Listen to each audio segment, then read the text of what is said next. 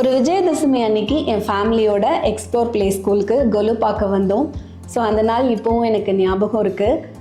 என்னோடய family members எல்லாரையும் convince பண்ணி இந்த ஸ்கூலோட அட்மாஸ்பியர் எல்லாமே அவங்க பார்த்து ரொம்ப சந்தோஷமாக இங்கே அவனை சேர்த்தோம். 2022லேருந்து 25 வரைக்கும் என்னுடைய பையன் திவ்ய ரூபன் ப்ரீகேஜி, எல்கேஜி, யூகேஜி அங்கே கம்ப்ளீட் பண்ணாங்க. சின்ன சின்ன ஈவெண்ட்ஸ் மூலமாக அவங்க பெரிய பெரிய விஷயங்களை சொல்லி கொடுத்துருக்காங்க. குட் டீட், பேட் டீட் அப்படின்னு சொல்லி 2 பாக்ஸில் நீங்கள் செய்கிற ஒவ்வொரு பேட் டீட்க்கும் ஒரு காயின் போடணும், ஒவ்வொரு குட் டீட்க்கும் ஒரு காயின் போடணும் அப்படின்னு சொல்லும்போது என்னோடய பையன் எப்படியாவது பேட் டீடை விட குட் டீட் தான் அதிகமாக இருக்கணுங்கிறதுக்காக ஒவ்வொரு சின்ன சின்ன விஷயங்களையும் குட் டீடாக பார்த்து செய்ய ஆரம்பித்தான். அப்படி அவன் செய்ய ஆரம்பித்ததில் ஃபர்ஸ்ட் ஒன் டெய்லி ரீட் பண்ணுறது, செகண்ட் ஒன் மொபைல் யூசேஜை கம்மி பண்ணிவிட்டு வேறு என்னெல்லாம் செய்யலாமா, ஏன்னா இது பேட் டீட்னு மேம் சொல்லியிருக்காங்க, ஸோ இது தாண்டி எனக்கு குட் டீட் என்னன்னு சொல்லுங்கள் அப்படின்னு அவன் எல்கேஜிலேயே கேட்டப்போ உண்மையிலேயே எனக்கு அது சந்தோஷமாக இருந்தது. வெளியில் சாப்பிட போகும்போது இதெல்லாம் அன்ஹெல்தி ஐட்டம்ஸ், ஸோ இதெல்லாம் வேண்டாம் அப்படின்னு சொல்லி அவனே சில ஃபுட் ஐட்டம்ஸ் அவாய்ட் பண்ணும்போதும் சந்தோஷமாக இருந்தது. இந்த மாதிரி நம்ம குழந்தைங்க நல்ல விஷயங்கள் எது, கெட்ட விஷயங்கள் எது அப்படிங்கிறத பிரித்து அறியக்கூடியதை சின்ன சின்ன ஆக்டிவிட்டிஸ் மூலமாக ஸ்கூலில் சொல்லித்தராங்க.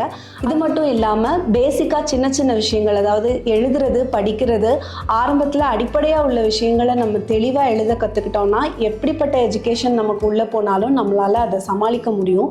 ஸோ என்னோட பையனோட ஹேண்ட் ரைட்டிங் இப்போ படிக்கிற ஃபஸ்ட் ஸ்டாண்டர்ட் ஸ்கூலில் நீட், வெரி குட் அப்படின்னு சொல்லி டெய்லி 10/10 அந்த ஹேண்ட் ரைட்டிங்காகவே அவன் நிறைய ப்ரைஸஸ் வாங்கிட்டு வரும்போது ரொம்ப சந்தோஷமாக இருக்குது. அதுக்கு ஒரு நல்ல பேசிக் கொடுத்தது எக்ஸ்ப்ளோர் பிளே ஸ்கூல் தான். சின்ன வயசுலேருந்தே தனக்கு தெரிஞ்ச விஷயத்தை ரொம்ப பர்ஃபெக்டாக செய்யணும், அதை ரொம்ப போல்டாக செய்யணுங்கிறதுல அவன் ரொம்ப ஆர்வமாக இருப்பான்.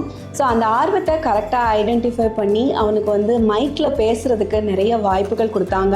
ஒவ்வொரு மாதமும் Thirukkural competition, Tamil poem, English poem, Tamil story telling, English story telling, இப்படி நிறைய காம்படிஷன் வைப்பாங்க. ஸோ அதிலெல்லாம் எப்படியாவது ப்ரைஸ் வாங்கணுங்கிறத தாண்டி அந்த மைக்கில் பேசும்போது ஃபுல்லாக சொல்லிட்டு வரணும் அப்படிங்கிற அவனோட அந்த இன்வால்மெண்ட் எனக்கு ரொம்ப பிடிச்சிருந்தது. இது அவங்க ஒரே நாளில் அவங்க கொண்டுட்டு வரல, ஒவ்வொரு நாளும் ஒவ்வொரு விஷயத்துலையும் அவனை என்கரேஜ் பண்ண விதமாக ப்ரீகேஜியில் கடவுள் வாழ்த்து அவன் தான் பாடினான் ஆனுவல் டேயில். ஸோ அதை அப்படியே படிப்படியாக கொண்டு போய் எக்ஸ்ப்ளோர் பிளே ஸ்கூலோட ஆனுவல் டேயில் ஓட் ஆஃப் தேங்க்ஸ் அவன் ப்ரெசென்ட் பண்ணுற அளவுக்கு அவனை இங்கிலீஷ் ஃப்ளூயன்சி ஆகட்டும், மைக் ஃபியரன்ஸ் இல்லாமல் ஆகட்டும், எல்லா விதத்துலேயும் அவனை ஒரு பர்ஃபெக்ட் சேஃப்க்கு அந்த 3 வருஷத்தில் அவங்க கொண்டு வந்தாங்கங்கிறத நான் கண்டிப்பாக சொல்லணும்.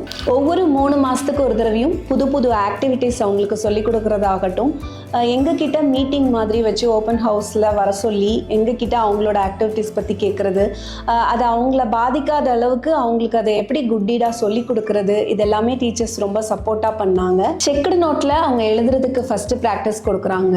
ஸோ இப்படி செக்டு நோட்டில் எழுத கொடுக்கறதுனால எல்லா எழுத்துக்களும் ஒரே சைஸில் அவங்களுக்கு காலப்போக்கில் எழுதும்போது அந்த ப்ராக்டிஸ் கிடைக்குது. அது மட்டும் இல்லாமல் ப்ரெசன்டேஷன் ரொம்ப நீட்டாக இருக்குது.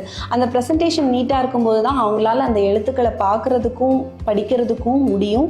இன்னொன்று, அவங்களுக்கும் நம்ம இவ்வளோ அழகாக எழுதியிருக்கிறோம் அப்படிங்கிற சந்தோஷமும் அந்த ப்ராக்டிஸ்னால கிடைக்குது. படிப்பு, விளையாட்டு, மற்றவங்களோட பழகிறது, இப்படி எல்லா விதத்துலேயும் என்னோட பையனை ஒரு முன்மாதிரியாக ஆக்கி தந்த எக்ஸ்ப்ளோர் பிளே ஸ்கூலுக்கு ரொம்ப ரொம்ப நன்றி.